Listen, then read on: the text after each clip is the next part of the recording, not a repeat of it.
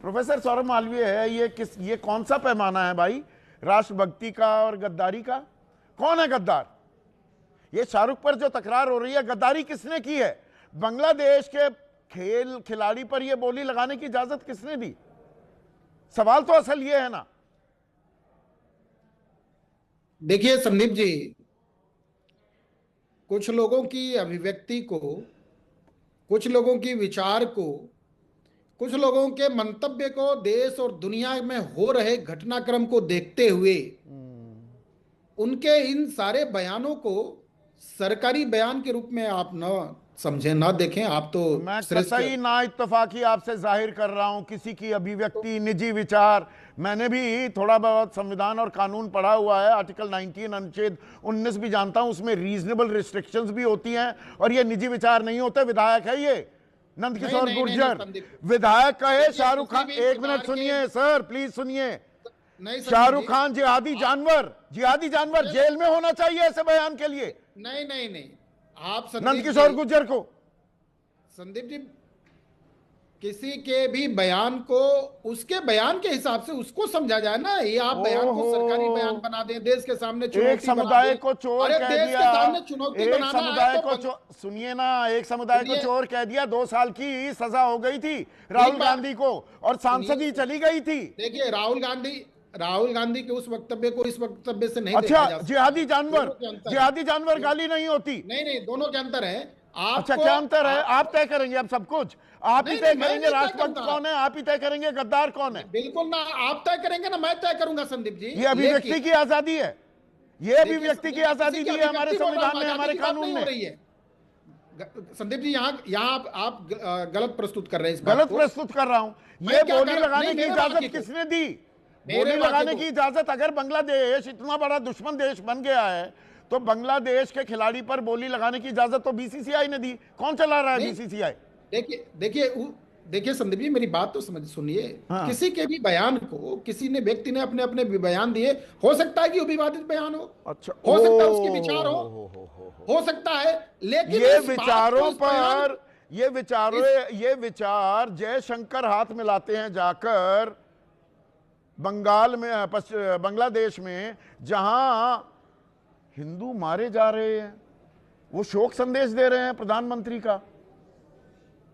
रक्षा मंत्री राजनाथ सिंह बांग्लादेश उच्चायोग में जाकर लिखित शोक संदेश लिख रहे हैं। ये देशभक्ति है। देखिए, मैं समझना चाह रहा हूं, प्लीज। नहीं, हम आपको, आप समझना चाहेंगे उस बात को मैं रखूंगा, और मुझे अवसर दीजिए इस बात को आप समझिए।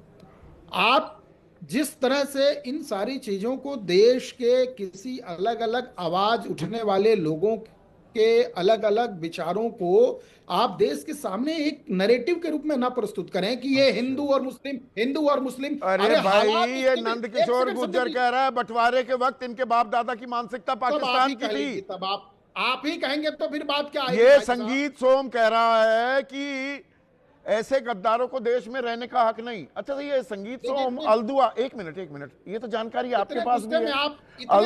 अल्दुआ फूड प्रोसेसिंग यूनिट का ये तो निदेशक था, डायरेक्टर था। वो तो बीफ एक्सपोर्टिंग कंपनी है कि नहीं, है ना? संदीप जी, बताइए, हाँ। आपको नहीं लग रहा है कि आप इन लोगों को ज्यादा महत्व दे रहे हैं? हो आपको नहीं लग रहा है?